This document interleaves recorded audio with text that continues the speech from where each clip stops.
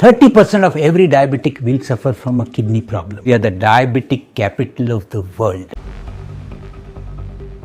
But in 2026, diabetic kidney disease is curable. Yes, 2026, diabetic kidney disease could become curable if all of us manifest. Do you believe in manifestation? You must believe.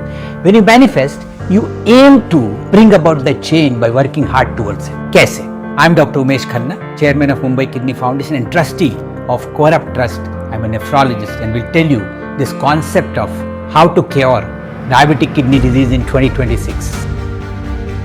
अगर doctor Umesh Khanna को 40 साल की उम्र में diabetes होती है और वो उन अनफॉर्चुनेट लोगों में है जिन्हें आगे जाके किडनी की बीमारी होगी, जैसे 30% लोगों को होने वाली है, तो आज अगर हम उसकी ट्रीटमेंट शुरू करते हैं तो उसकी यूरिन नॉर्मल है, प्रोटीन लीकेज नहीं है, उसका जीएफआर यानी फिल्ट्रेशन रेट अराउंड 90 है। अगर वो कुछ खास स्पेसिफिक ट्रीटमेंट नहीं लेते तो हर साल 5 से 6 ml जीएफआर उनका कम होते जाएगा और 10 साल में जीएफआर 90 से 30 पहुंच जाएगा और अगले 5 साल में वो डायलिसिस या ट्रांसप्लांट की तरफ जाएंगे। ये नेचुरल ट्रेजेक्टरी है उन 30% लोगों को जिन्हें डायबिटीज से किडनी की बीमारी होती थी। आज इस ट्रेजेक्टरी को हम चेंज कर सकते हैं। हर एक नेफ्रोलॉजिस्ट बहुत एक्साइटेड है ये नई ट्रीटमेंट की पिलर्स को सुन के। कट टू 2026 में डॉक्टर उमेश खन्ना को डायग्नोज होता है कि इन्हें डायबिटीज है। नंबर 1, उनके लिए हम 3 मशीनें खरीदेंगे, blood pressure, glucometer and weight machine. उनको हम आइडियल वेट के नजदीक रखेंगे ताकि उनका बीएमआई 23 के आसपास रहे। उनका हम ब्लड शुगर ऐसा कंट्रोल करेंगे कि उनका HbA1c 6.5 के नजदीक रहे। उनका ब्लड प्रेशर हम ट्रीटमेंट से 120 या 130 सिस्टोलिक तक रखेंगे। इसके अलावा एवरी 6 मंथ्स उनके यूरिन की जांच होगी कि उनके यूरिन में माइक्रो एल्ब्यूमिन यानी UACR urine albumin creatine ratio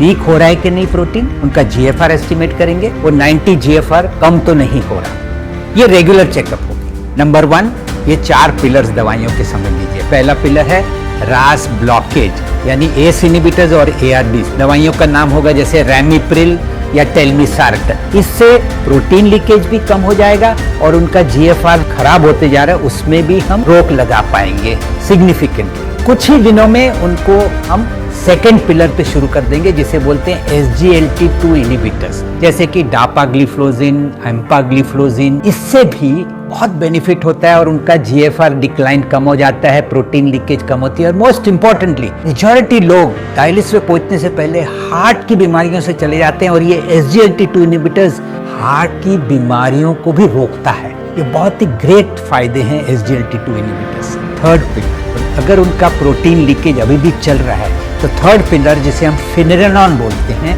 वो हम ऐड कर देते हैं दवाइयों के नाम से, उससे प्रोटीन लीकेज और कम।